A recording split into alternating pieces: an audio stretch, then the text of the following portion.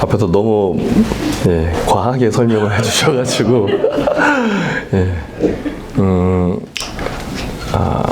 기도하고 시작하겠습니다.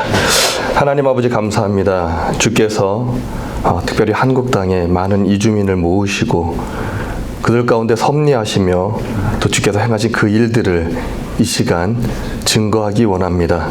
하나님 이 시간들을 통하여서 주님 영광 받아 주옵소서. 예수님의 이름으로 기도드립니다. 아멘. 국내 이주민은 크게 이제 난민이 있고 또 이주 근로자가 있고요. 결혼 이주 여성 가족 이분들은 이민자에 해당이 됩니다. 이제 한국 국적을 취득해서 계속해서 살아가실 분들 그리고 또 유학생 이렇게 있습니다. 그래서 크게 이 네 가지 부류를 다시 나누게 되면 정주와 비정주가 나눠집니다. 그래서 정주는 정착주민, 한국에 정착해서 꾸준하게 살아가실 분들, 그래서 결혼 이주 여성 가족들, 이민자에 해당하는 분들이고요. 그리고 난민, 그분들도 이제 국내 안에서 직업을 얻고 또 계속해서 정착해서 살아가실 분들, 특별한 이유가 없으면 제3국으로 가지 않고 한국에 정착할 것입니다.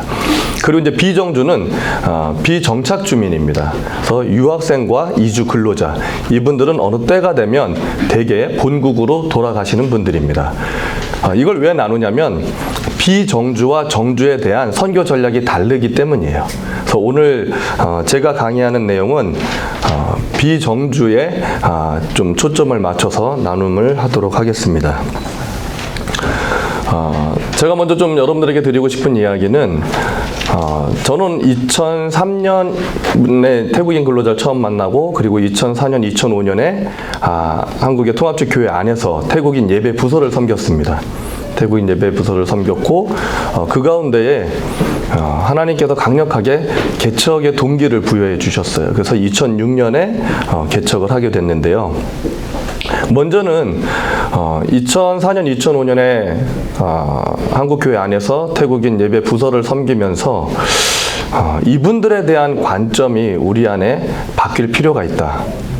우리가 이 사람들을 어떠한 관점으로 바라보느냐에 따라서 여러 가지 많은 선교 전략이 도출되는데 관점이 바뀌지 않으면 결국 하나님의 어떤 성경적 관점이 나오지 못할 수 있다라고 하는 부분이었어요. 제가 섬기는 교회는 95%가 근로자입니다. 태국인 근로자. 저희 교회는 지금 현재 저희 교회는 한국 분들이 없으세요. 한 3분 정도? 아내가 태국인이기 때문에 오시는 분들.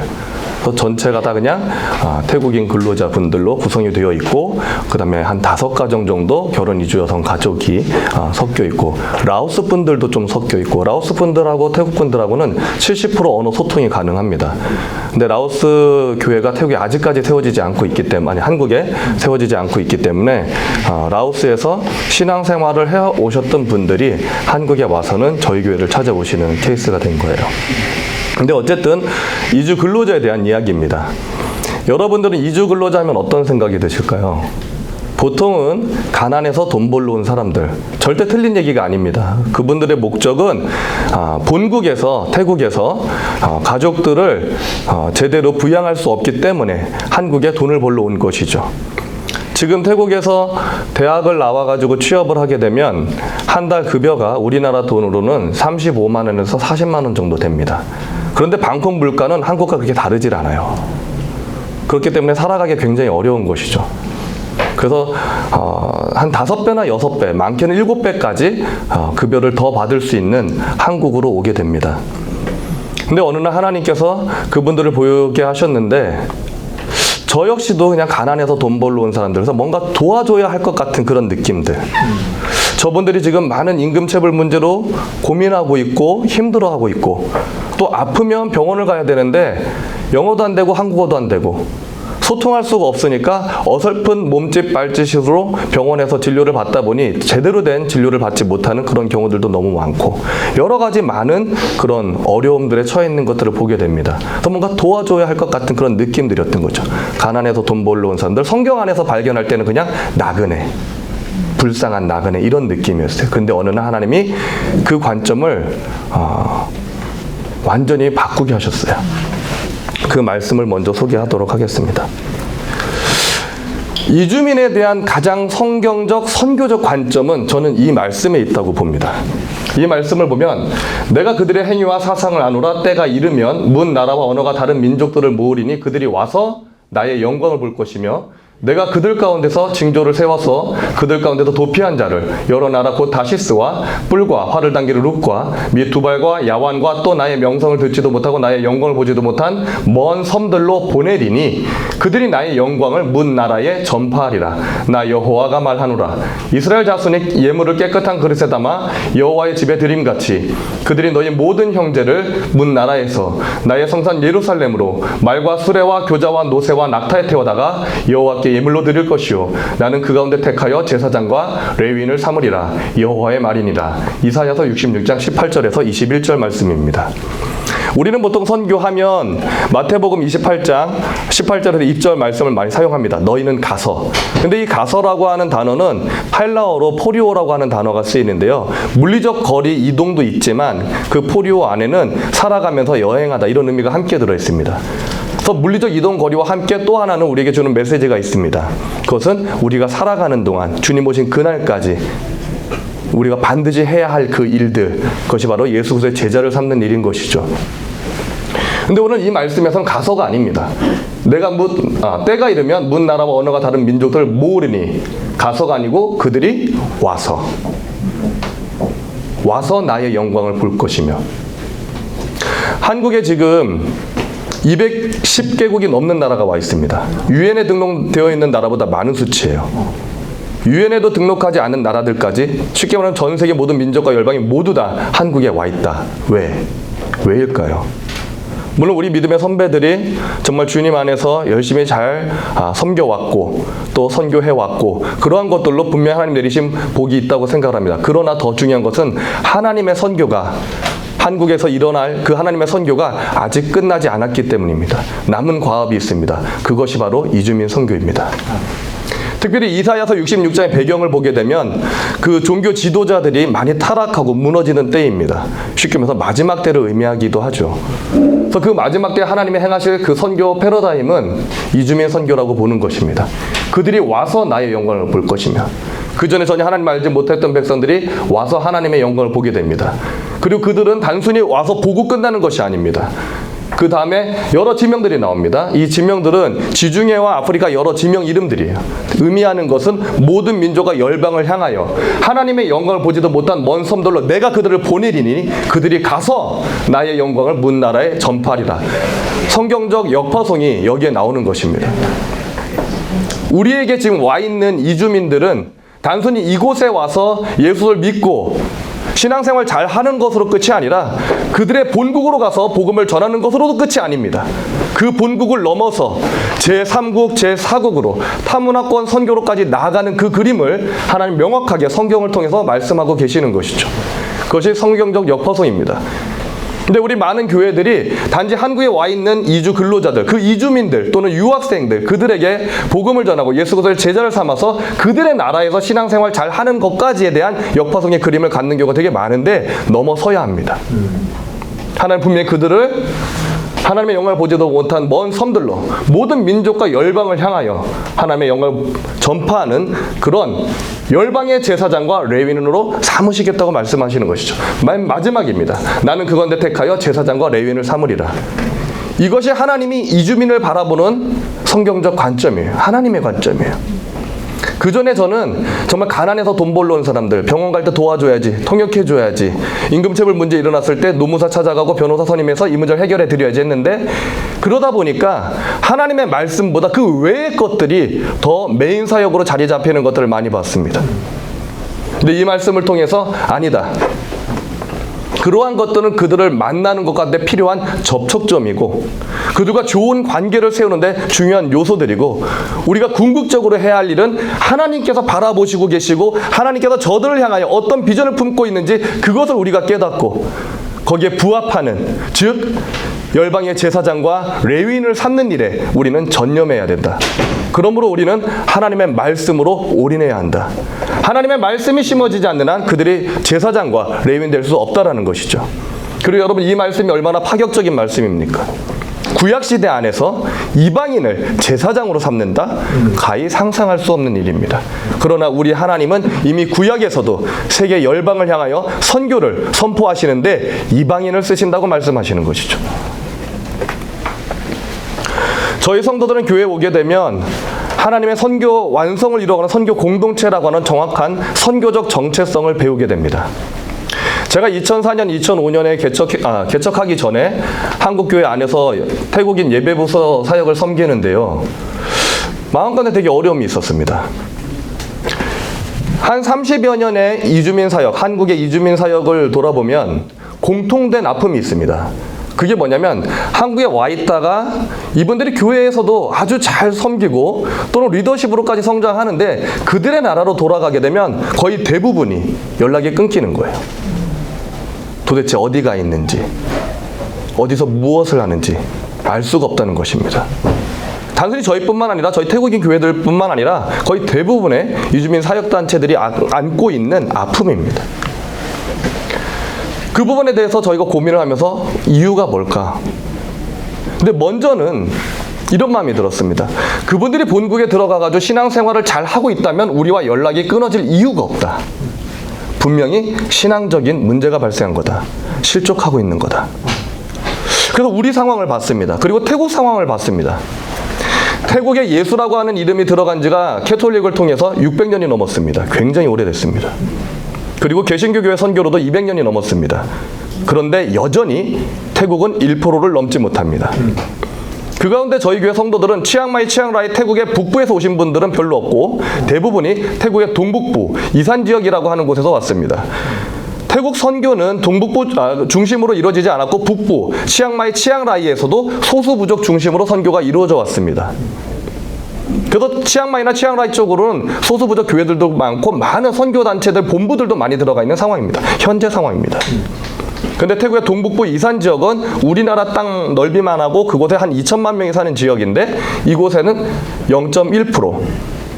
성도들이 사는 집을 기준으로 했었을 때 반경 100km 이내에 교회가 단 하나도 없는 지역이 여전히 많은 그런 선교의 불모지인 것이죠. 그곳에서 이분들이 한국에 온 것입니다. 단 한 번도 예수를 들어본 적이 없습니다. 단 한 번도 십자가가 꽂혀 있는 교회를 본 적이 없습니다. 그러한 분들이 한국에 와서 어떠한 도움들을 통해서 교회를 알게 됐고 예수를 알게 되었습니다. 근데 제가 이분들과 한국에서 보낼 수 있는 시간이 과연 얼마나 될까? 계산을 해보니까 평균 3, 4년 정도. 저희 교회 성도들은 90% 이상이 비자가 없습니다. 흔히 말하는 불법 체류자. 아까 우리 노 목사님 말씀하신 대로 미등록 체류자. 뭔가 불안하고 뭔가 두려움이 늘 있기 때문에 의지할 곳을 찾게 되는 그런 경우죠. 비자 있는 분들의 회심률보다는 제가 볼 때는 비자 없는 분들의 회심률이 많습니다. 그리고 큰 공장에 태국인들이 70명, 80명 모이는 공장에 복음 들어가기 굉장히 어렵습니다. 이미 그들의 사회가 형성되어 있기 때문인 것이죠. 아주 영세한 공장에 비자가 없는 분들, 2-3명 모여 있는 그런 곳에서 보다 많은 회심들이 일어납니다. 그러니까 그만큼 어려움 가운데 있는 거예요. 근데 이분들이 어쨌든 교회를 통해서 예수를 믿고 신앙생활 잘 하다가 본교에 들어가면 이제 그들이 싸워야 할 많은 현실적 문제들 극복이 안 되는 것입니다. 어떤 분들은 한국에 온 지 일주일 만에 이미그레이션 단속에 걸려서 추방당하기도 합니다. 비자가 있는 분들도 어떤 안정된 직업을 가지고 일을 하지만 병 때문에 어떤 일 때문에 중간에 포기하고 가야 되는 사례들도 발생합니다. 어쨌든 제가 태국인 근로자들과 함께 한국에서 보낼 수 있는 시간은 3, 4년 정도. 그 시간 안에 얼마나 많은 하나님의 말씀을 가르칠 수 있을까? 단 한 번도 예수를 들어보신 적이 없는 분들이 3년, 4년 동안 매주 주일 예배를 출석할 수 있다? 쉬운 일이 아닙니다. 기대하기 쉽지 않은 일이에요. 왜냐하면 주일날 일을 하면 오버타임 1.5배입니다. 임금이. 그 유혹에서 누가 또 이분들은 어떠한 상황 가운데 있냐면 비자 없는 분들 대부분들은 야간 일을 많이 합니다. 야간 전담. 밤새 일을 하는 거예요. 주간에는 비자 있는 분들이 하고. 이런 케이스가 되게 많습니다. 밤새 일을 하고 와가지고 겨우 어떤 경우는 샤워도 못하고 그냥 교회로 쫓아오는 거예요. 그렇게 예배를 드립니다. 근데 그 옆에 있는 일하는 친구가 잠깐 졸다가 피곤해서 잠깐 졸다가 기계에 손이 빨려 들어가고 팔목이 빨려 들어가서 잘리는 사고들이 너무 많이 일어납니다. 쉽게 말하면 주일 예배를 드리기 위해서 목숨을 거는 거예요. 근데 문제는 그렇게 함에도 불구하고 이분들이 본국에 들어가서 싸워야 할 그 현실적인 문제들은 만만치가 않은 것이죠. 하나님, 제가 지금 한국교회 안에서 이 예배를 섬기는데 일주일에 한 번 겨우 만납니다. 공장을 찾아가도 때로는 만나기가 어렵고 너무 잠깐 미팅하고 와야 되니까 뭔가 가르쳐드리고 하나님 말씀을 쉐어링할 수 있는 그런 시간들을 얻기가 너무 힘듭니다. 하나님, 그래서 이분들이 태국으로 들어가는 족족 연락이 다 끊겨버립니다. 하나님, 이러려고 우리가 이들에게 복음을 전하게 하신 겁니까? 그건 아니지 않습니까? 하나님, 대안을 주십시오. 그때 하나님께서 주신 마음이 뭐였냐면, 뭔가 창의적인 전략을 연구하기 이전에 너의 유일하신 스승이신 예수 그리스도가 제자들과 무엇을 했는지 고민해라. 복음서를 통해서 보여지는 예수 그리스도의 모습은 하나입니다. 사는 거예요. 제자들과 사시는 것이죠. 하나님, 제가 개척해서 이들과 함께 살아야겠습니다. 나의 유일하신 스승께서 사셨으니까 나도 그 길을 가겠습니다. 그래서 2005년 12월 마지막 주 마무리하고 2006년에 아예 새로운 장소에서 개척을 시작합니다. 저는 첫 개척을 화성에서 했습니다. 화성시청 주변에 남영동 주변의 공장입니다. 공장들을 매일 찾아다녔습니다. 그때만 해도 저는 신학을 좀 늦게 했어요. 신학을 좀 늦게 했습니다. 91년도부터 저는 연기 생활을 했었고 최불원 선생님 계셨던 현대예술 앙상블에서 연기 생활을 하고 있었고 그때부터 또 커피를 했었습니다. 그래서 일을 하고 예술을 하면서 복음을 전하고 그리고 문화 선교를 준비하고 있었던 때라 신학을 좀 늦게 하게 됐어요. 그래서 제가 2006년은 신학교를 졸업하던 해입니다. 아직 전도사인 시절. 그리고 저는 아세아연합신학대학교에서 선교학을 전공했습니다. 전도사고 아세아연합신학대학교는 교단에 소속하지 않습니다. 그냥 교회 연합구조로 초교파적인 신학교예요. 그러다 보니까 후원구조나 이런 것들을 만들 수 있는 구조가 아닙니다. 그것이 오히려 더 감사했던 일이기도 합니다. 전적으로 하나님만을 바라보고 나가야 하는 상황들. 그래서 저희는 자비랑 개척을 했습니다. 2006년 1월 1일 때 저희는 예배 초소도 준비하지 못했습니다. 중요한 것은 장소가 아니었습니다. 중요한 것은 관계였습니다. 내가 이분들과 진정한 관계를 만들 수 있을까? 그래서 2006년 1월 1일부터 매일 공장을 찾아다녔습니다. 공장장들 만나가지고 잠깐 숙소에 들어가서 기숙사에 들어가서 태국 근로자를 만나고 싶습니다. 허락해 주시겠습니까?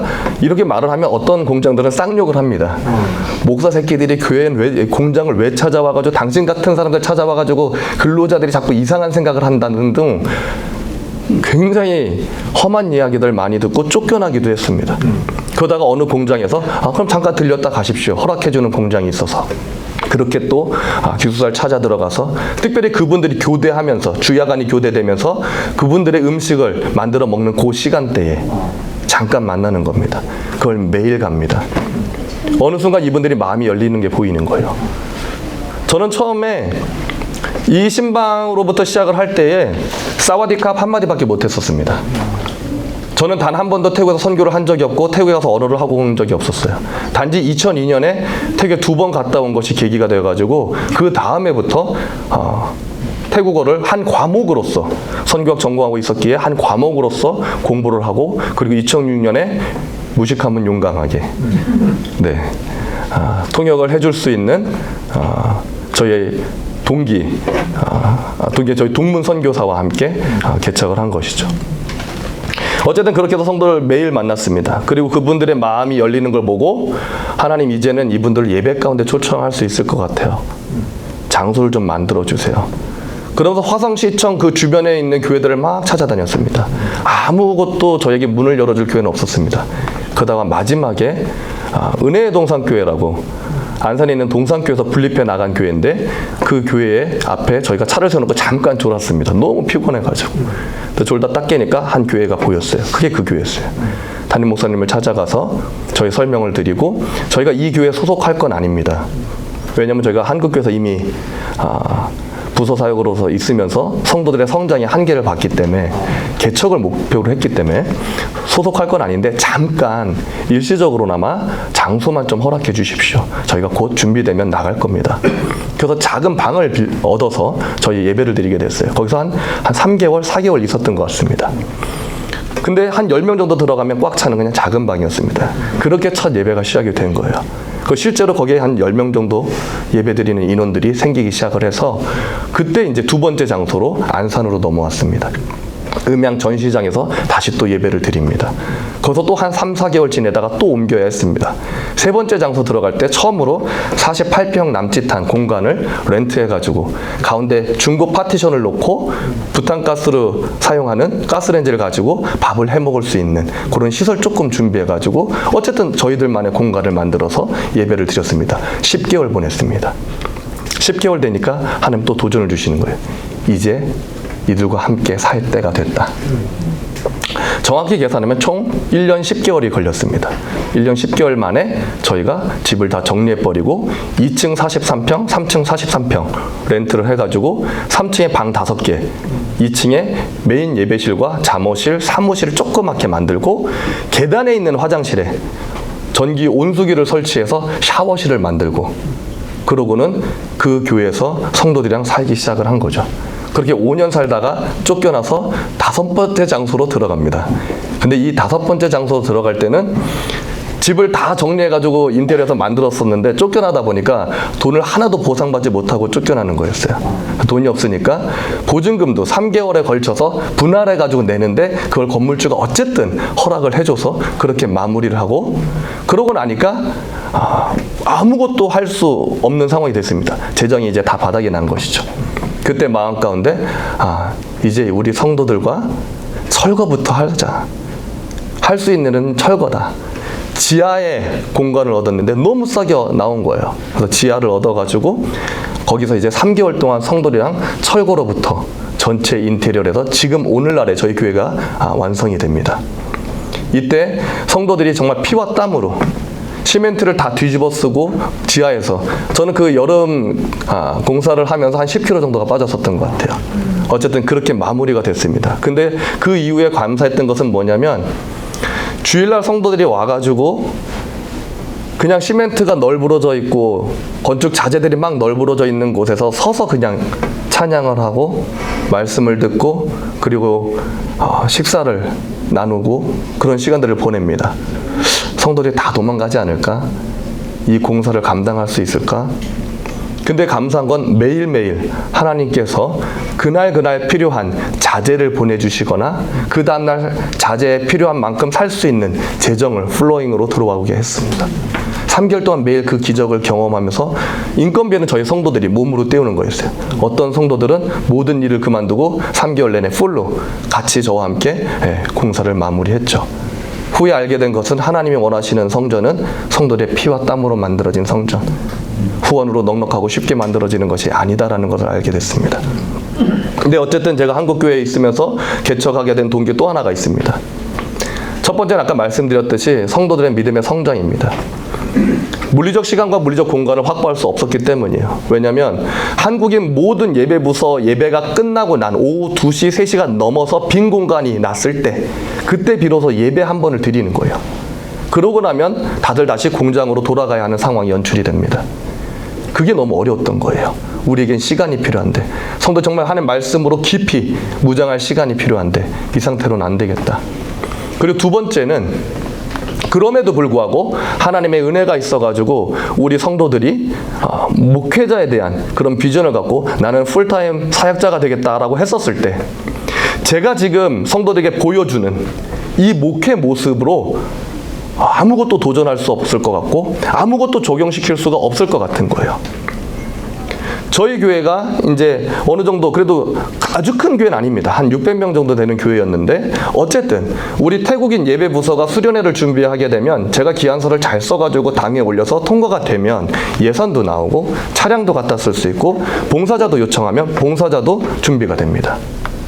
그리고 저에게는 사례비도 보장이 되는 것입니다.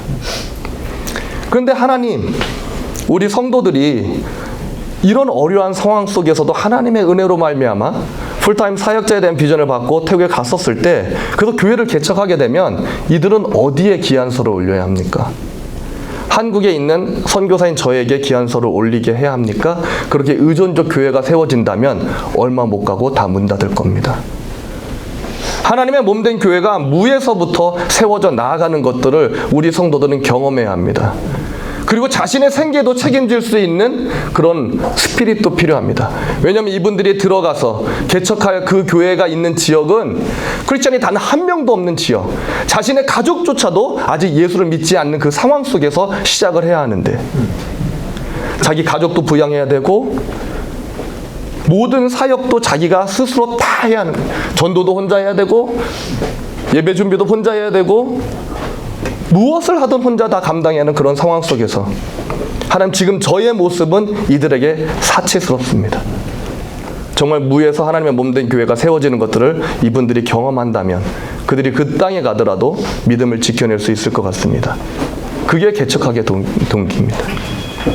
우리 교회가 정말 무에서부터 시작되는 것들을 우리 1세대 리더들이 함께 할 수만 있다면 그것들을 경험한 성도라면 두렵지 않겠다. 적어도 야성은 키워지겠다라고 했던 것이죠. 그래서 어쨌든 개척하면서 굉장히 어려운 시간들을 보내왔습니다. 그런데 그럼에도 불구하고 성도들이 여전히 태국으로 들어가면 연락이 끊기는 문제가 충분히 해결되지는 않는 것을 봤습니다. 함께 공동체하면서 이제 성도들이 믿음이 자라는 것들을 보고 하나님 이제는 구체적으로 이 일들을 해결할 수 있게 도와주십시오. 기도하는 가운데 하나님 요한복음 13장에 말씀을 주셨습니다. 예수 그리스도께서 그의 사람들을 사랑하시되 끝까지 사랑하시더라. 저는 강단에서 성도들을 위로하고자 이런 설교를 참 많이 했었습니다. 우리는 예수 그리스도의 십자가 보혈로 하나의 가족입니다. 한 아버지, 하나님을 아버지로 둔 우린 자녀들이며 가족입니다. 그런데 제 삶은 가족스럽지 못했습니다. 왜냐하면 제 성도들이 태국으로 돌아가는 순간 연락이 다 끊겼습니다. 그건 어떤 것과 같아요? 실종되는 것과 같은 것입니다. 더 이상 연락이 안 되는 거예요. 내 가족이 실종됐었을 때 나는 뭘 할 수 있었을까? 막 여기저기 찾아다니면서 수소문을 하고 도대체 무슨 일이 일어났는지 알아보려고 하지 않았었을까? 근데 저는 한국에서 그러한 시도를 단 한 번도 한 적이 없었던 것입니다. 아직 한국에 남아있는 우리 성도들이 태국으로 먼저 귀국한 성도들을 바라보면서 아무것도 하지 못하고 있는 저를 봤을 때 우리가 가족입니다라고 했던 그 설교가 얼마나 진정성 있게 다가왔을 수 있었을까요? 그때부터 무릎 꿇고 회개하고 하나님 다시 시작하겠습니다. 가족이라고 설교했다면 진짜 가족이 무엇인지 삶으로 보여줄 수 있게 해주십시오.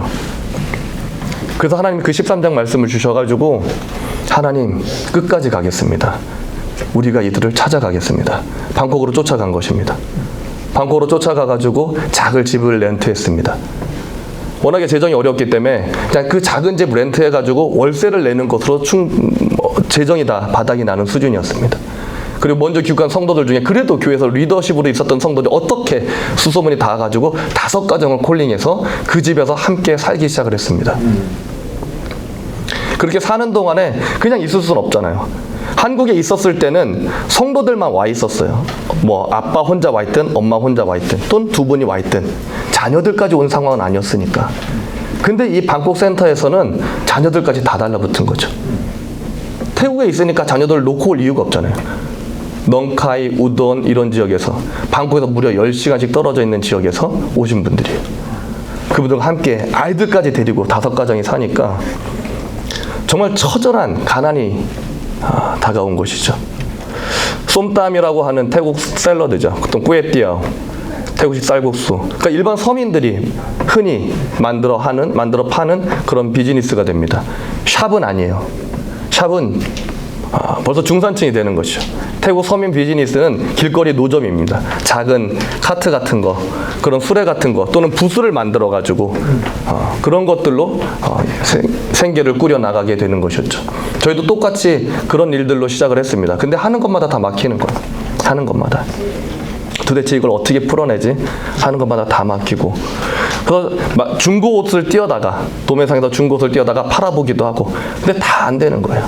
근데 마지막에 지푸라기라도 잡는 심정으로 한국에서 우리가 주님을 만난 이후에 배운 유일한 일, 그게 커피였습니다. 저희 성도들이 태국에 귀국하는 족족 연락이 끊기는 이유들을 저희가 조사했었을 때 가장 큰 이유가 경제적 자립 문제였습니다. 한국에서 그렇게 열심히 일을 했습니다. 6배, 7배 많은 월 수익이 일어났는데 이걸로 자립이 안 되는 거예요. 이유는 재정 관리가 안 되기 때문인 것이죠. 이분들이 열심히 일을 해가지고 매월 태국에 돈을 보냅니다. 그 할아버지, 할머니, 그러니까 그 부모님들은 갑자기 엄청난 수입이 매월 들어오기 시작을 하는 거예요. 농경사회에서 온 그분들, 그 부모님들이 뭘 하냐면 트랙터를 바꾸고 경운기를 바꾸고 죄다 할부로, 일제로 교체를 해버린 거예요.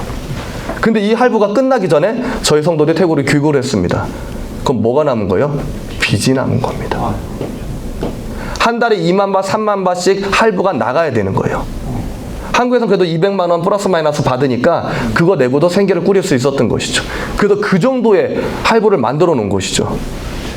근데 태국에서는 10,000바트이에요. 한 달 급여가 보통 10,000바트, 35만 원에서 40만 원. 그러니까 자기 월급을 다 털어도 이 할부조차도 안 되는 거예요. 그럼 어떻게 해요? 대만, 일본, 이스라엘 또 나가는 거예요. 가족이 다시 한번 또 분리가 됩니다. 자녀들이 10대 초중반에 마약에 빠지기 시작을 해요. 해결할 길이 없는 겁니다. 저희가 태국에 들어가서 성도들이 개척한 교회 중심에서 교회 중심의 그 주변에 있는 학교 사역도 굉장히 많이 해오고 있는데요. 6학년 또는 중학교 1학년인 학생들이 책을 못 읽는 경우도 되게 많습니다. 문맹이에요. 학교는 다니고 있는데 학교 선생님도 관심 없고 그들을 양육 책임지고 있는 할머니, 할아버지도 관심이 없는 거예요. 부모들은 죄다 외국에 나가서 일을 하고 있는 상황인 것이죠. 그러니까 마약하는 사람들이 이 어린 아이들을 데려다가 마약 운반책으로 고용을 하고 돈으로 유혹하는 거예요. 그래서 성도들의 자녀들이 그 유혹에 빠져들기 시작을 합니다. 부모가 없으니까 할머니, 할아버지도 관심이 없으니까 할머니, 할아버지는 그 애들 엄마, 아빠가 보내주는 돈에만 관심이 있는 것이었죠. 하나님, 이 고리를 끊을 수 있게 해주십시오. 그때 하나님께서 주신 마음이 귀환 정착 프로그램입니다. 저들의 자립 문제를 해결할 것에 대한 도전이었죠. 근데 중요한 것은 이 자립 문제가 먼저 해결되기 전에 먼저는 예배 공동체가 견고하게 세워져야 하는 부분이었습니다. 저희가 공동체 사역을 하면서 하나님께서 빨리 급하게 만들어주신 네트워크가 있었어요. 그게 뭐였냐면 태국 현지의 메이저급 신학교들의 신학 과정을 한국에서 할 수 있게 되는 기회였던 것이죠. 주경 야독하는 거예요. 근로자들이 태국 현지에 있는 메이저급 신학교에서 공수된 태국어로 된 신학교 교재를 받아서 그것으로 공부를 하고 그리고 일도 하고 그리고 중간고사, 기말고사는 태국에서 또 시험지가 오면 그걸 풀어가지고 다시 보냅니다. 우편으로 보내고 그쪽에서 채점을 해가지고 학점과 학위가 나오는 그런 과정이 만들어진 거예요. 근데 어쨌든 저희가 2006년에 개척해가지고 올해까지 한 16년 됐습니다. 그리고 이 신학 과정이 펼쳐진 것은 한 개척하고 3년이 지난 뒤로부터, 그러니까 한 13년 된 것 같아요. 저희 교회에서 이 신학 과정을 학사 운영을 한 게. 근데 지금까지 70여 명의 신학생들이 배출된 것이죠. 그렇게 해서 성도들이 신학을 하고 견고하게 믿음이 세워지는 이후에 이 자립 문제를 다루기 시작을 하고 하나님께서 귀한 정착 프로그램으로 도전할 것에 대해서 마음을 주셔서 제가 할 수 있었던 건 커피 하나. 연극 연기를 가르쳐봐야 더 가난해질 것 같고 예, 저도 그게 힘들어서 커피를 배운 거였는데요. 91년도부터 커피를 배우고 커피 컨설팅을 했었습니다. 그래서 성도들에게 커피를 가르쳐 드리게 됐는데 전율이 오는 고백이 일어나는 거예요. 저희 성도들 어떤 분들은 생애 첫 직업을 한국에서 가졌어요. 단 한 번도 자신의 삶을 이렇게 계획해 본 적이 없는 거예요. 플랜을 짜본 적이 없는 거예요. 그리고 태국에서 일을 하다 오신 분들도 그날 먹고 살 수 있으면 만족하는 그런 상황이었던 것이죠. 성도들한테 물어봅니다. 여러분 태국에 가면 뭐 하고 싶으세요? 대답하는 분이 한 분도 없어요. 모르겠어요. 그냥 뭐 농사 지어야죠. 아무도 꿈이 없는 거예요. 근데 그 커피를 가르치게 됐었을 때 성도들 중에 이런 분들이 있었습니다. 저 커피 농장하다 왔어요. 태국의 북부 산간 지역의 소수부족들은 커피 재배를 합니다. 그런 상황도 모르고 있었던 제가 또 부끄러웠습니다. 근데 어쨌든 그 커피를 배우면서 성도들이 꿈을 꾸기 시작하는 거야. 당장 바리스타 수업이 이루어졌다고 해서 커피숍을 차릴 수 있지는 않다는 걸 압니다. 한 번도 해본 비즈니스가 아니기 때문에. 근데 어쨌든 성도들 꿈을 꾸는 거예요. 하나님께서 우리의 영적인 영역뿐만 아니라 내 삶의 모든 영역, 육신의 영역 부분까지도 간섭하시고 이렇게 준비하여 주신다. 그때 또 다른 성도는 저는 베이커리 배울 테니 기회를 주세요. 베이커리만 배워가지고 빵집 열어서 복음 전하겠습니다. 저는 모두 해보고 싶어요. 모두 해보고 싶어요. 성도는 막 자신의 꿈들을 꾸기 시작을 하는 거예요. 그리고 태국에 들어가서 막상 공동체 하면서 살아갈 때는 이걸 다 잊어버리고 당장 우리 성도들이 가장 잘할 수 있는 거 쉬운 비즈니스를 시도했던 것이죠. 근데 그게 다 막히고 마지막에 아까 말씀드렸듯이 지푸라기라도 지금 잡는 심정으로 그러면 자신 없는 일, 가장 자신 없는 일이지만 그럼에도 불구하고 하나님을 만난 이후에 배운 이 커피를 가지고 한번 해보자. 그래서 부스를 만들어 가지고 커피를 시작을 합니다.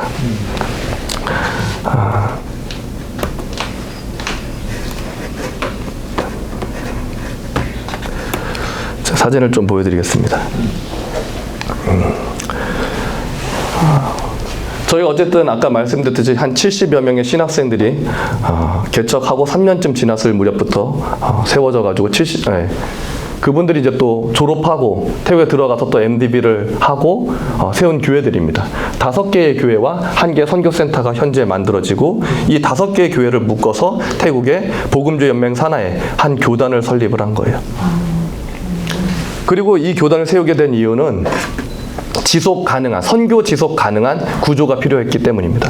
아까도 말씀드렸듯이 하나님께서 이들을 열방의 제사장과 레위인 삼겠다고 말씀하셨기 때문에 개교회로서는 선교를 감당할 수 없습니다. 아직은 어린 교회, 아직은 가난하고 당장 가족과 마을에 몇 분 정도를 전도해가지고 이제 막 시작하는 단계에서 그러한 꿈을 꾸기에는 굉장히 어려움이 있었던 것입니다. 그러나 우리가 연합하면 비록 어린 교회, 작은 교회라 할지라도 하나님의 일을 감당할 수 있을 것이다.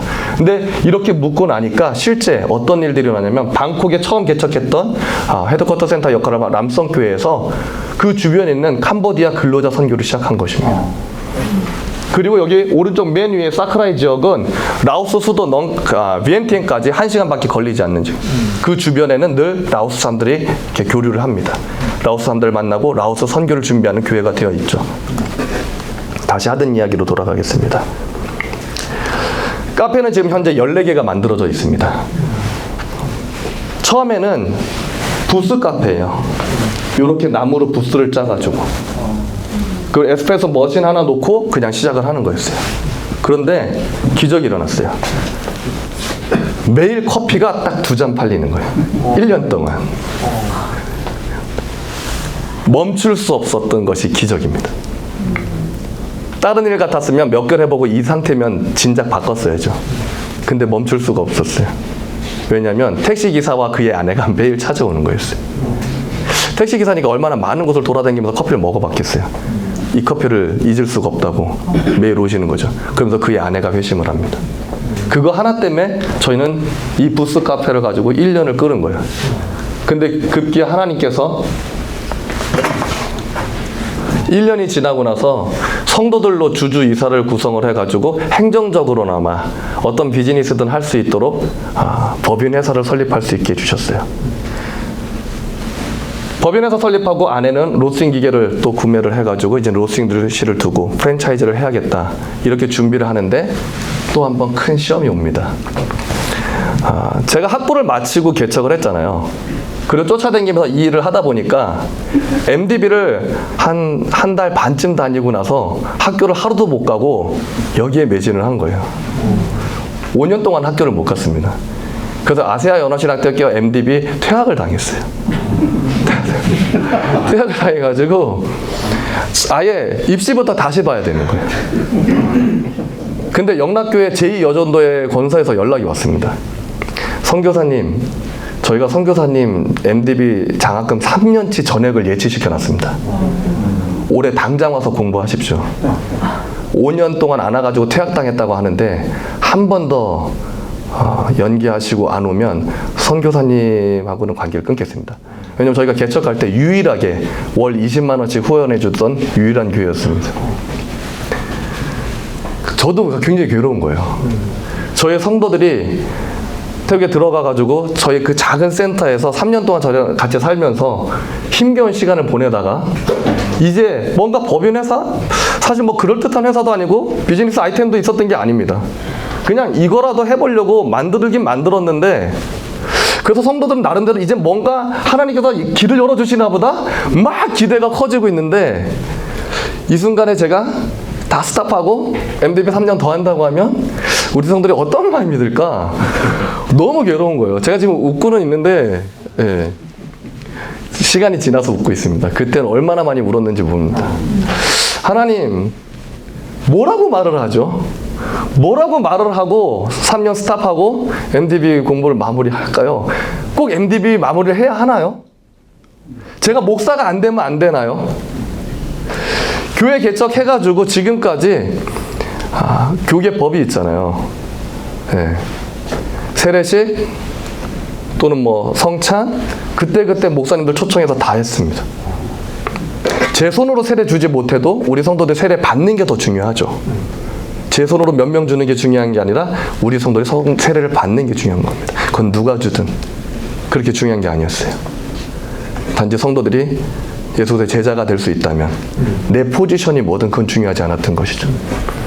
근데 어쨌든 그것 때문에 고민을 해가지고 저도 5년 5년 학교 못 간 게 그렇게 어렵지 않았습니다. 그냥 성도랑 사는 게 너무 행복했고 좋았기 때문에. 근데 막상 영락교도 그 얘기를 딱 듣고 나니까 마음이 흔들리는 거예요. 공부하고 싶다. 마무리하고 싶다. 막 고민하는데 성도들이 물어봅니다. 무슨 일이 있어요, 아짠? 네, 선교사들 아짠이라고 불러요. 사실은 이런 일이 있습니다. 내가 만약에 공부를 하면 우리 3년 동안은 아무것도 못할 것 같아요. 근데 저희 1세대 리더들이 아장 가서 공부하고 오라고 지금까지 기다렸고 지금까지 견뎌왔으니까 얼마든지 더 견딜 수 있다고 그렇게 허락을 해주시고 오히려 저를 격려해 주셔서 잠시 우리 3년 천천히 갑시다 하고 한국에 와서 MDB를 했어요. 이 MDB 3년 하는 동안 발목이 잡힌 거죠. 방학하지 않으면 다시 태국으로 갈 수는 없는 거예요. 방학만 기다리는 겁니다. 방학만. 그런데 중요한 것은 선교는 하나님의 선교예요. 미쇼데.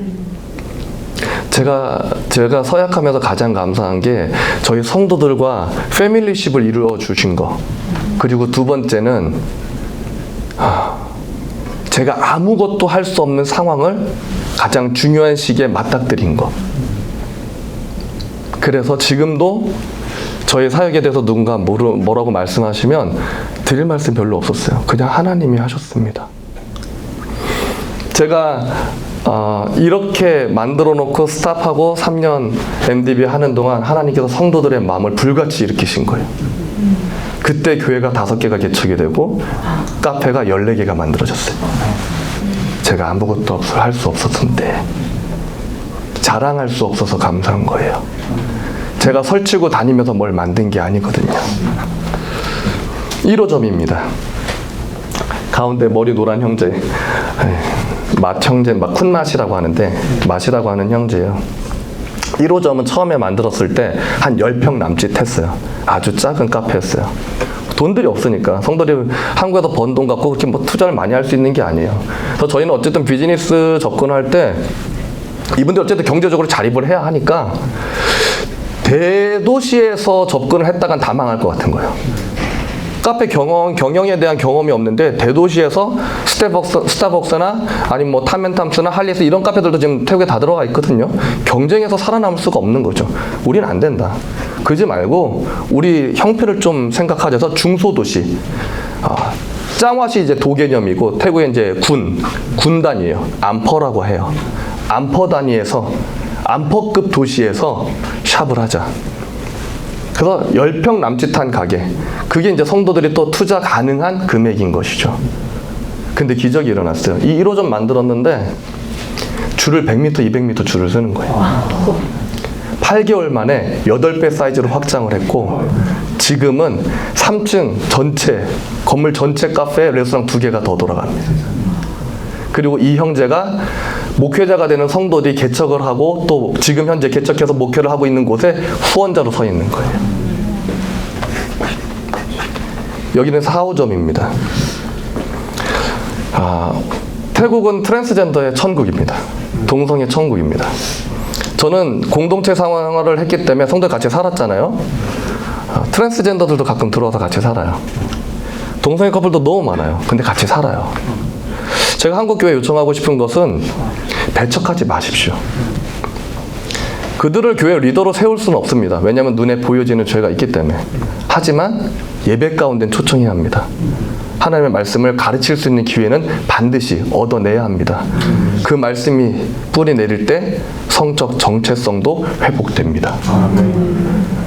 정신과 의사도 포기한 영역이라고 해요. 이 동성애 영역은. 근데요, 이 4호점을 오픈한 자매가 동성애 커플 중에 남자 역할하는 자매였어요. 한국에 처음 왔었을 때, 저희 교회 왔었을 때 남자인 줄 알았어요. 그만큼 아주 완벽한 남자의 형체를 하고 있었거든요.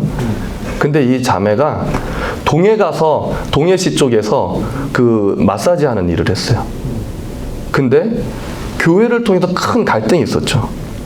저희는 하나님의 말씀을 가르치고 또 선포할 때에 포장하지 않습니다. 듣기 좋은 어떤 소리로 만들지 않습니다. 듣기 좋은 이야기로 만드는 게 아니에요. 원색적으로 있는 그대로 죄는 죄고 하나님의 거룩함은 거룩함이고, 그러다 보니까 그 말씀에 부딪힐 때마다 이런 동성애 커플들은 굉장히 힘듭니다. 그 결정을 해야 돼요. 공동체 자체는 정말 사랑이 충만하니까 너무 따뜻하고 좋은 거예요. 근데 내가 이 말씀을 매일 저희 교회 공동체 들어오면 새벽 예배 2시간, 밥 먹고 청소하고 말씀 통독하면서 기도하고 쉐어링하는 거 2시간, 수요 예배 저녁 2시간, 금요 예배 저녁 2시간, 월화 목요일은 기본 4시간, 수요일 금요일은 기본 6시간 트레이닝 하는 거예요. 그리고 토요일 주일은 48시간 풀로 돌아갑니다. 그러니까 하나님의 말씀 얼마나 많이 접하겠어요. 그런데 그 순간 성에 관련한 하나님의 말씀은 냉정하잖아요. 타협이 없습니다. 그럴 때마다 찔림이 너무 큰 거예요. 이 공동체를 떠나버릴까? 마음이 너무 찔리니까. 아니면 그래도 따뜻하고 이 사랑 때문에 내가 힘들지만 그래도 남아있을까? 갈등하다가 떠나는 지체들이 있고 끝까지 남아있는 지체들이 있는데, 끝까지 남아있는 지체는 전부 다 치유가 됐어요. 동성애 커플들이 다 치유가 됐어요. 그래서 교회 안에서 정상적인 남성과 여성으로 만나서 다시 결혼하고, 제가 주례를 한 40커플 주례를 했거든요. 근데 어쨌든 여기 자매도 동성애 커플, 여성 동성애 중에 남성 역할을 하는, 여성 동성애 커플 중에 여성 역할을 하는 자매들은 그래도 좀 가능성이 있는 것 같아요. 여자를 사랑하고 있지만 남자도 사랑할 수 있는 여지가 좀 보이는데, 여성 동성애 커플 중에 남성 역할하는 텀이라고 하는 이 분들은 정말 대책이 없습니다. 근데 이 자매는 텀이었는데도 불구하고 하나님의 말씀이 끊임없이 뿌려지고 그 골수를 쪼개는 역사가 일어나니까 변한 거예요. 이분이 태국 가기 바로 직전에 간증을 하고 갔어요. 한국에 오기 이전, 쉽게 말하면 하나님을 만나기 이전에 자신의 모습을 PPT로 올리고, 하나님을 만난 이후에 자신의 모습을 PPT로 올렸어요. 두 사람이 있는 거예요, 정말. 한 남자와 너무 아름다운 여인이 그곳에 나타나는 것이죠. 그 태국으로 갔습니다. 근데 또 뭘 해먹어야 할지 막막해진 거예요. 마사지 하던 몇몇 자매들이 중국에 가서 마사지 하자, 다른 나라로 가기로 결의를 한 거죠. 그래가지고 방콕에 있는 리더, 페차분에 있는 리더들을 다 불러가지고 당장 쫓아가서 뜯어 말려라. 중국 가가지고 마사지하면 몸도 팔아먹고 영혼도 팔아먹고 다 망한다. 성도들이 다 쫓아간 거예요.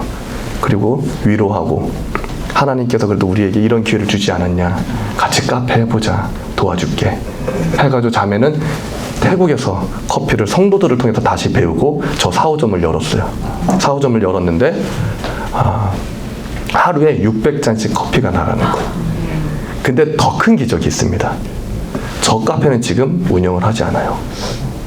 저는 이게 더 큰 기적이라고 생각을 합니다. 왜냐하면 이 카페를 하는데 600명씩, 600잔씩 팔리잖아요. 많은 주변 이 도시 친구들이 오는 거예요. 젊은 친구들이. 본인이 복음을 전하지 않고는 견딜 수가 없는 거예요. 자기 눈에 보여지는 많은 동성애들을 보면서 복음을 전하지 않고는 견딜 수가 없는 거예요.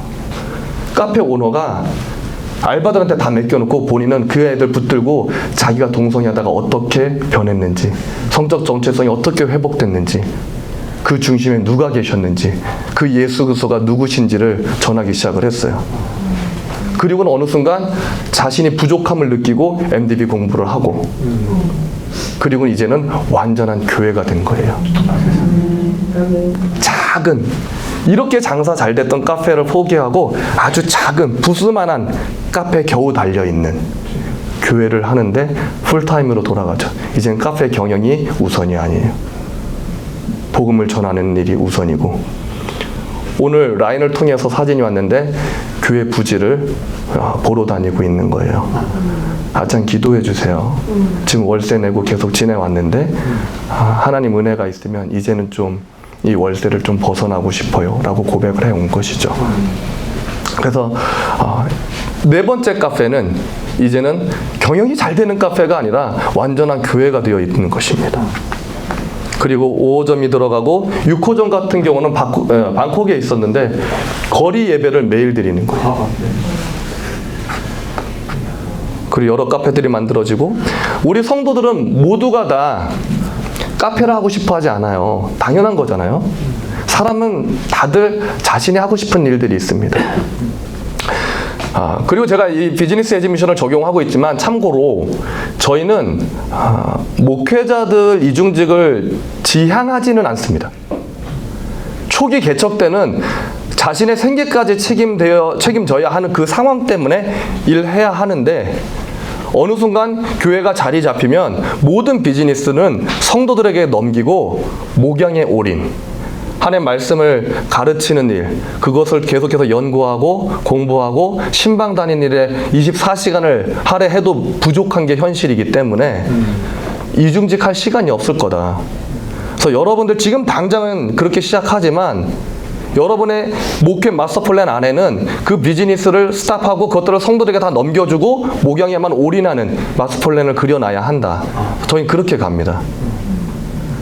그래서 지금 이 말씀드린 비즈니스 에즈 미션은 성도들을 위한 사역이에요. 저희 교회 성도들 모두가 목회자가 되지 않습니다. 구약의 지파 구조를 보면 12분의 1이죠. 12지파가 요셉 지파가 2지파로 나뉘잖아요. 그래서 그 12지파 하나님부터 땅을 유업으로 받아가지고 경작해서 레위지파를 섬깁니다. 우리는 이 구조를 추구하자. 처음에는 어쩔 수 없는 상황 때문에 하지만 그건 한 과정으로서 마무리하고, 그게 궁극적인 목적이 될 수는 없고, 성도들에게 비전이 필요하다. 성도들은 하나님부터 땅을 유업으로 받아서 경작하듯, 하나님부터 기업을 받아서 어떤 좋은 직업을 얻어서 그것을 통해서 자립하고, 그것이 나의 어떤 부유함을 위해서가 아니라 우리 동료가 하나님 앞에 기름 부음을 받아서 목회자가 되어서 교회를 개척하거나 그가 어떤 사역을 할 때 또는 선교사로 나갔을 때 우리가 도울 수 있는 그 비전을 가져야 하기 때문에 비즈니스 에즈 미션이 성도들에게 적용되어야 했던 것이죠.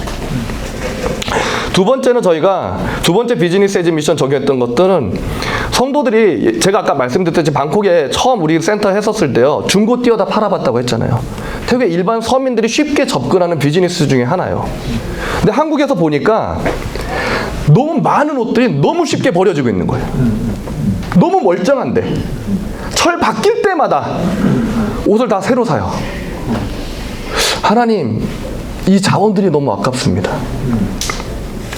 지혜를 주십시오. 그때 안에 마음 주신 게, 저 패자원들이 누군가에게는 자립자원이 될 수 있어 라고 말씀하시는 거예요.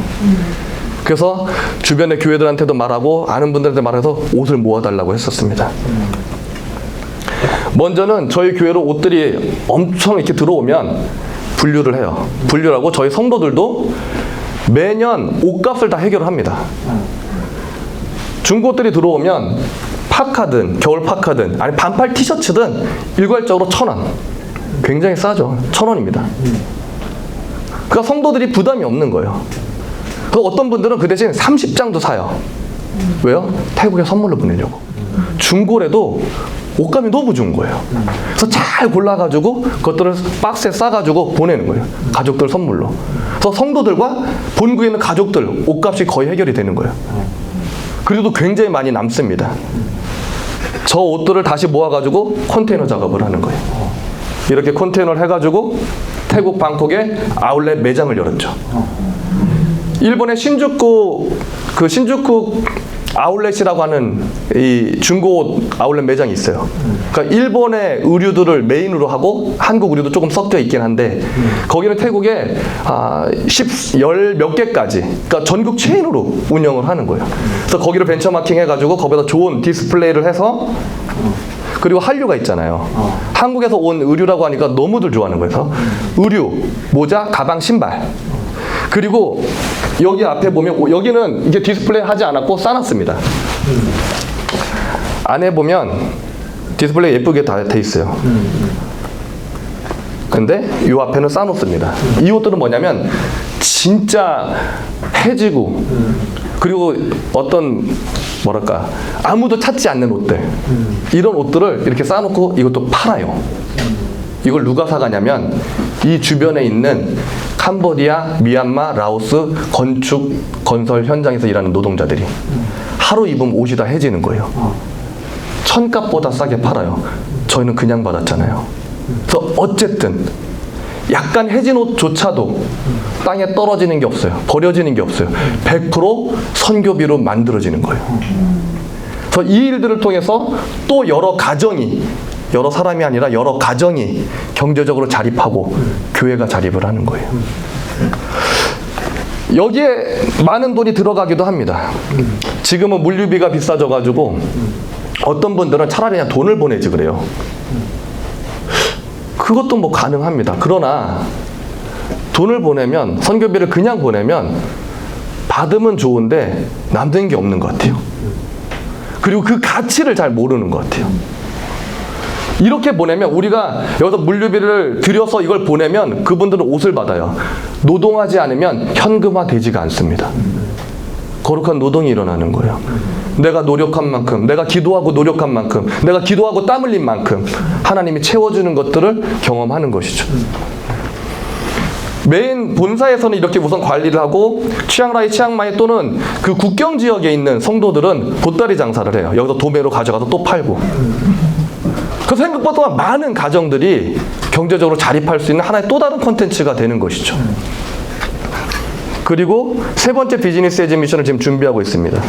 그게 보나콤, 한국의 보은에 가면 강동진 목사님이 하시는 보나콤 양계가 있습니다. 저희가 태국에 여러 사역들이 있는데 그 중에 하나가 홈커밍 데이, 태국으로 귀국한 성도들 전체가 모여서 집회를 2박 3일씩 해요. 그럼 한 250명 이렇게 모여서 집회를 하는데, 그때 강동진 목사님 초청해가지고 보나콤 양계 강의를 좀 했었어요. 성도들 너무 좋아하는 거죠. 왜냐하면 대부분이 농경사에서 왔으니까 전부 다 도심지 가서 비즈니스 하라 그러면 못합니다. 그래도 좀 도시를 경험해본 분들은 아까처럼 카페도 해보고 의류도 해보지만 또 상당수의 성도들은 그게 안 되는 거예요. 그럼 이분들은 지금 가지고 있는 이 땅을 활용해가지고 경제적으로 자립하고 교회를 세워나갈 수 있게 해야 한다. 그래서 보나콤 양계를 저희가 그쪽에 강의를 통해서 선을 보인 것이죠. 제가 이 비즈니스 에이지 미션 적용하면서 중점을 두는 게 하나 있습니다. 카페는 저희 성도 커피 재배하고 있다고 했죠. 커피 재배로부터 샵 경영까지 A부터 Z까지 커리큘럼이 가능해졌어요. 보나콤 양계는요, 하나님이 조류를 창조하신 섭리로부터 계란 비즈니스까지에 대한 커리큘럼이 완벽하게 나와요.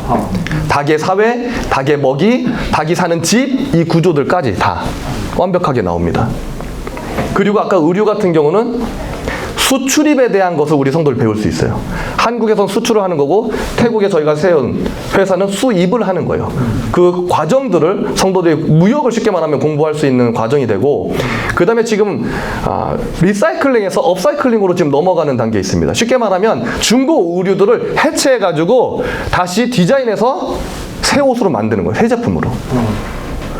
누군가 어떤 그런 디자인할 수 있는 재능, 그리고 미싱, 오버로크 할 수 있는 그런 재능들을 주실 수 있다면 우리 성도들이 이제 리사이클링에서 업사이클링까지도 도전할 수 있다라고 하는 것이죠. 좀 더 개발된 비즈니스를 할 수 있는 거예요. 근데 이 비즈니스들을 계속해서 조금씩 늘려가서 다 모으면 현장을 둔 직업 학교를 만들 수 있어요. 우리 성도들의 자녀들은 직업 못 얻을까봐 고민 안 했대요. 다시 한국에 가서 다시 일본과 대만과 이스라엘에 가서 노동하지 않아도 됩니다. 그냥 태국에서 부모로부터 믿음의 유산을 받고 그곳에서 훈련하고 그곳에서 복음을 전하고 그곳에서 하나님을 당당히 전할 수 있는 그런 사람들이 될 수 있는 거예요. 그리고 이 비즈니스를 통해서 성도들에게 주는 또 다른 도전이 있습니다. 다음 세대예요. 우리 자녀들에게 보다 더 좋은 양질의 교육의 기회를 만들어야 한다. 그리고 한국의 역사를 소개합니다. 일제강점기 때 우리나라 기독교가 아직 1%가 안 되었었을 때 한국이 독립운동 주도할 때 그 70%가 크리스찬이었다. 놀라운 사실이죠. 한국 기독교가 수십 프로 돼가지고 그 독립운동가의 70%가 크리스찬이었던 게 아닙니다. 크리스찬이 없었어요. 그 사례를 소개를 합니다. 태국이 지금 당장 1%도 안 되고 0.67%밖에 안 되지만 우리가 10% 20% 될 때까지 기다릴 이유가 없다. 지금 당장 우리가 생각을 바꿔서 우리 자녀들에게 양질의 교육의 기회를 제공하고 우리가 비즈니스하는 이유는 단지 우리 가족의 부귀영화가 아니라 우리 크리스찬 자녀들이 보다 더 좋은 교육의 기회를 얻고 그래서 공부머리가 있는 지체들은 한국이든 영어권이든 유학을 보내서 석학들을 만들어야 한다. 그리고 그 자녀들이 어느 날 태국으로 돌아와서 정치, 경제, 문화사의 모든 영역에 석학들로 서서 복음의 증인들로 쓴다면 그때 태국이 비록 2% 3%밖에 크리스찬이 없다 해도 태국을 그 사회를 이끄는 리더들은 주님의 자녀들이다.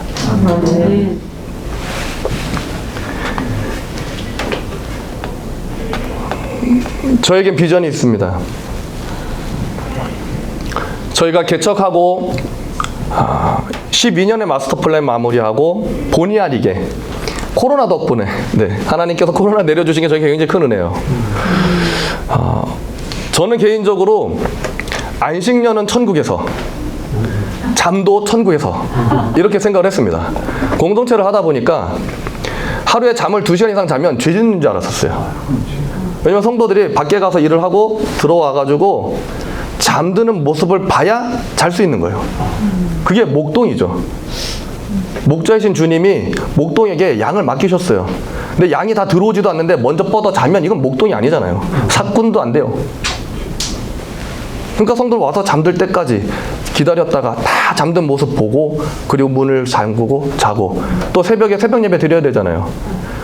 양들 다 깨가지고 난리가 났는데 그때 눈 비비고 일어나는 목동은 목동이 아니죠. 혼나야죠.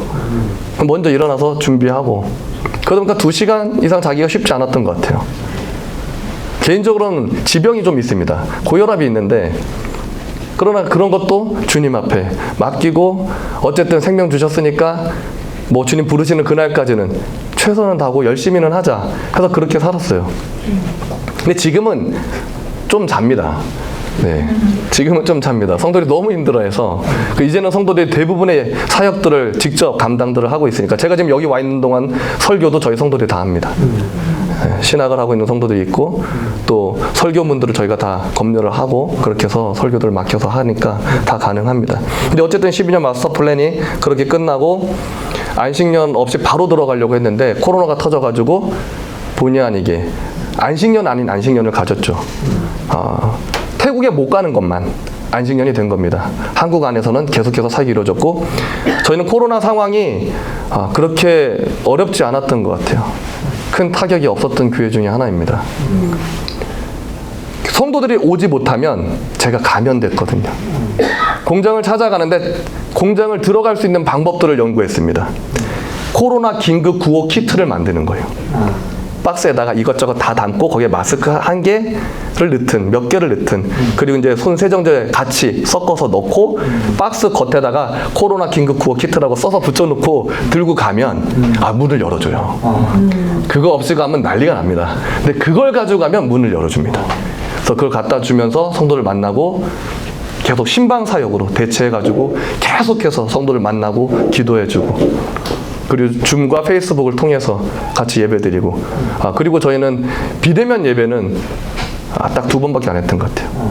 그러니까 인원수 제한을 해가지고 대면 예배는 계속 이어왔었습니다.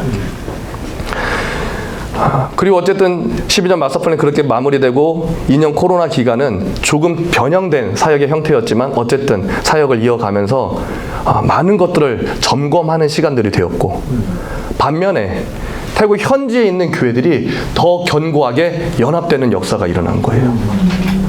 태국은 저희 한국보다 더 어려운 코로나 상황을 맞이했었습니다. 그러다 보니까 각 교회들이 너무 어려웠죠. 성도들의 모든 수익이 다 차단되는 그런 사례가 발생을 하는데, 교회들이 연합을 하고 카페를 해서 그나마 경영에 성공한 성도들이 조인을 한 거예요. 그래서 월세 내는 교회들 월세들을 같이 감당해주고, 그리고 사역을 연합해서 할 수 있도록 시스템을 구축을 하고, 저희 태국에 있는 교회들이 어떤 사역들을 하냐면, 태국 크리스마스는 12월 1월 2달을 보냅니다. 12월 25일 하루가 크리스마스가 아니에요. 기본적으로 12월 한 달 내내 축제가 돌아갑니다. 그래서 크리스마스 행사를 12월 2일 날 해도 되고 25일 날 당일 날 해도 전혀 무관해요. 어쨌든 전도하기 가장 좋은 시즌이죠. 근데 만약에 사왕댄딘에 있는 교회가 크리스마스 행사를 12월 5일 날 기획을 했다. 그럼 나머지 교회가 전부 다 그쪽으로 붙어서 정말 축제를 만들어주고, 또 그 다음 교회 때 다 같이 연합을 해서 축제를 만들어주는 그런 역할들을 같이 감당을 하고, 코로나 때도 어려운 상황 속에서 계속해서 나눔을 통해서 필요를 채워가는 역할들을 감당했습니다. 그리고 이제 2차 12년 마스터 플랜을 준비합니다. 시간이 너무 많이 갔어요. 죄송합니다. 예, 딱 두 가지만 말씀드리겠습니다. 전체 사역을 소개하지 않고, 저희 사역 중에 굉장히 중요한 사역 중에 하나가 대신방입니다. 태국에 들어가가지고 한국에 있는 성도들의 태국 현지 가족들, 이 가족들이 극단적으로 반대를 하면 한국에서 세례를 못 받습니다. 그래서 쫓아가는 거예요. 그리고 태국으로 귀국한 성도들, 그래서 대신방을 하게 되면 전도 신방과 그리고 위로 신방을 같이 갑니다. 전도 신방은 한국에 있는 성도들의 현지 가족들, 그리고 위로 신방은 태국으로 귀국한 성도들입니다. 한 달 동안 한 80가정을 돌아요. 아침에 한 집, 점심에 한 집, 저녁에 한 집. 근데 이 중간 간격에 한 400km, 500km를 이동해야 되는 상황들도 많고, 왜냐하면 태국 전국을 도는 거예요. 전국을 도는 겁니다. 한국에 있는 성도들의 현지 가족을 방문할 때는 영상 편지를 만들어 갑니다. 러브인 아시아보다 저희가 이걸 먼저 했어요. 저희가 한 2007년인가 그때부터 시작을 했거든요. 찾아갑니다. 가가지고 한국에 있는 이 성도들의 안부를 그 영상을 담아서 이제 열어드리는 거예요. 그럼 가족들이 막 울고불고 난리가 납니다. 근데 지금 이걸 안 해요. 지금은 핸드폰이 너무 좋아가지고 시도 때도 없이 영상 통화를 하니까. 예. 근데 2000년대 그때는 안 그랬습니다. 그래가지고 그걸 가지고 가서 열면 그 가족들이요 잔치를 벌여놓고 맞이해 줍니다. 한 가정을 가는데 거의 20몇 명씩 모여 있는 거예요.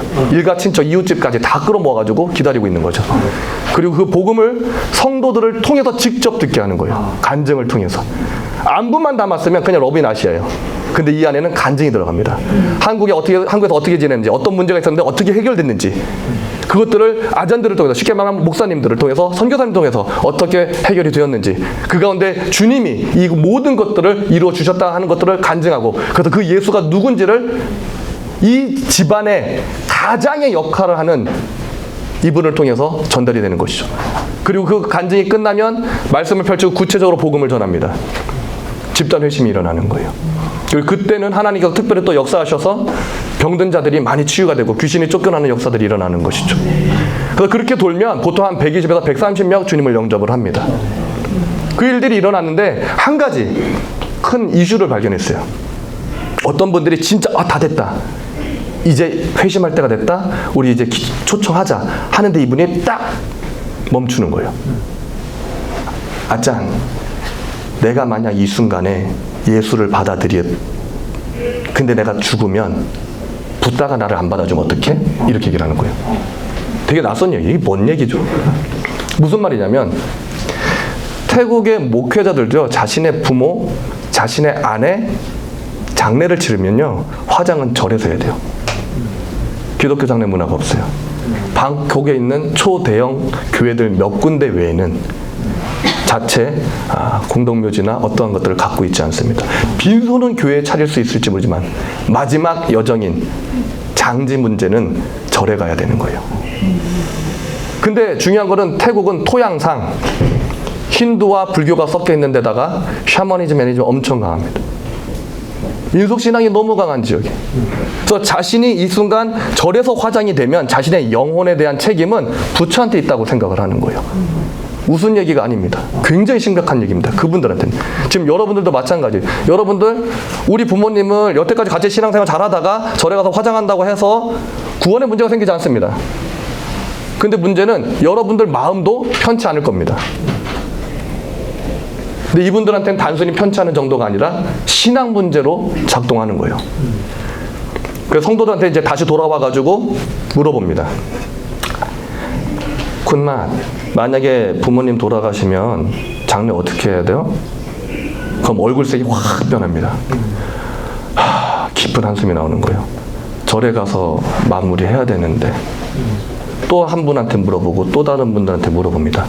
모두 다 안색이 좋지 않아요. 깊은 한숨이 나옵니다. 그때 교회의 비전을 선포합니다. 우리 교회가 이걸 비전으로 선포하십시다. 우리가 태국에 기독교 장례 문헌을 만들어서 전 절차를 해결합시다. 그럼 성도들 어떤 일이 나는지 아세요? 제가 우리 땅을 드리겠습니다. 할렐루야. 교회의 비전이 성도들의 비전과 일치해야 합니다. 일치하기 위해서는 성도들을 듣는 시간이 필요합니다. 매일매일 쉐어링하고 나누고 그들의 삶을 또 나눠야 합니다. 말씀만 나누는 게 아니라 실제 이 성도들이 살아가면서 무엇으로 고민하고 어떤 신앙적 고백이 있는지를 끊임없이 나누고 그걸 듣다 보면 반드시 해결해야 될 문제들이 나옵니다. 선교를 하면서 하고 싶은 거, 우리가 좋아하는 거, 우리가 잘할 수 있는 거, 이거는 초기입니다. 아주 기초적, 초보적인 선교죠. 그러나 선교가 더 성숙해지면 그때는 어떤 일에 도전해야 되냐면 반드시 해야 할 일이 뭐냐, 우리가 할 수 있는 일이냐 좋아하는 일이냐 그거 상관없이 반드시 해야 할 일이 뭐냐, 그것이 주어진다면, 그 당위성이 주어진다면 도전하는 겁니다. 그럼 하나님이 우리의 모든 능력을 초월해서 그걸 이루어 주시기 때문인 것이죠. 저희는 한 번도 전략을 짜고 온 게 아닙니다. 성도들이랑 살았고 성도들이랑 쉐어링하면서 성도들이 지금 고민하고 있는 그 문제들, 그것들을 교회의 비전으로 선포하고 온 것입니다. 그 어떤 성도들도 교회와 이질감이 없어요. 왜냐하면 나의 문제가 교회의 비전으로 선포되고 있기 때문에. 지금 2차 12년 마스터 플랜도 동일합니다.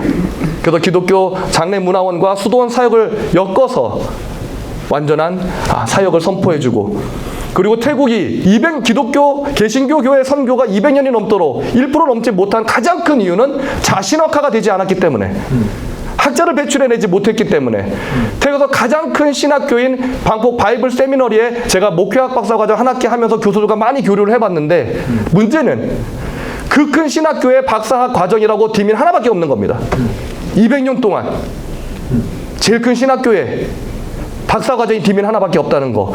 근데 그 디민 한 과목을, 한 과목이 아니죠, 이 디민을 커리큘럼 짜는데 절반만 현진 교수고 나머지 절반은 그때그때 필요에 따라 말레이시아고 동남아 지역의 교수를 초청해야 되는 현재 상황입니다. 학자가 없다는 이야기죠.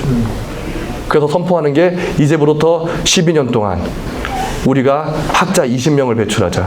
70명 신학교 지금 마무리했고 상당수가 지금 MDB 하고 있고 또 졸업했고, 그럼 더 푸시해서 박사과정을 도전시키자. 근데 제가 이제 여러분에게 부탁드리고 싶은 게 있습니다. 이번 대회에 와가지고 제가 정말 절실히 느낀 건데요. 저희는 제가 지금 말씀드린 학자를 배출해서 자신학화에 도전하는 일을 정말 열심을 다해서 도전할 겁니다. 그런데 굉장히 많은 어려움들을 극복해야 할 겁니다. 저희 성도들은 그렇게 공부를 많이 한 성도들이 없어요. 초등학교도 제대로 안 나온 분들도 너무 많고. 근데 그런 분들이 학부 마쳤을 때 졸업장 못 받고 수료증 받았다가, 그러나 공부해야 된다는 것을 하나님의 말씀과 또 여러 가지 상황들을 통해서 성도들을 도전했었을 때 그분들이 본국에 가서 검정고시로 초중고 마무리해가지고 정식 졸업장 학위 받고 MDB 학위 다시 받고, 그런 과정도로 여기까지 온 거거든요. 그리고 이제 이분들이 학자가 되기 위해서는 태국에서는 디민 하나밖에 없잖아요. 그거 갖고 안 됩니다. 그러면 결국 유학을 가야 돼요. 한국어를 마스터하든 영어를 마스터하든 해야 되는 거예요. 근데 여기에 있는 많은 이주민들이 있습니다. 여러분 주변에 얼마나 많은 이주민들이 있습니까? 태국 한 나라뿐만 아니라 선교지 많은 나라들이 이 부분이 해결이 안 되면 현지 선교지 교회들은 미래가 없는 겁니다.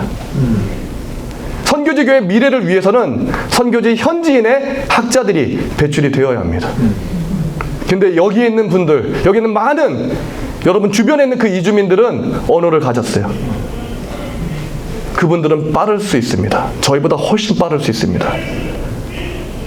저는 어떤 큰 교회의 후원을 받아서 온 게 아닙니다. 홀로 주님과 씨름하면서 여기까지 왔습니다. 여러분들은 저보다 훨씬 더 잘할 수 있고 빨리 할 수 있습니다. 여러분들이 도전만 하시면. 그리고 이곳에는 보다 더 좋은 자원들이 너무나 많이 있습니다. 그들을 내버려 두지 마십시오. 그들을 내버려 두지 마시고 여러분들이 그분들을 깨워주시길 소망합니다. 저 선교지 교회가 이제 여러분들의 이주민 사역을 통해서 여기 이 땅에서 일어나는 이주민 사역을 통해서 정말 말씀에 견고한 뿌리를 내린 학자들이 일어나고 그들이 사역을 감당하고 그들이 세계 열방으로 나갈 수 있도록 여러분들이 일어나시기를 소망합니다. 기도하겠습니다. 하나님 감사합니다. 아버지 하나님, 정말 한국에서 주님이 행하신 그 일들을 나누었습니다. 하나님, 그러나 이것이 한국에서뿐만 아니라 바로 이 땅에서 더욱더 견고하게 일어날 수 있도록 역사하여 주옵소서. 우리를 그 일에 사용하여 주시길 소망합니다. 감사드리며 예수님의 이름으로 기도드립니다. 아멘.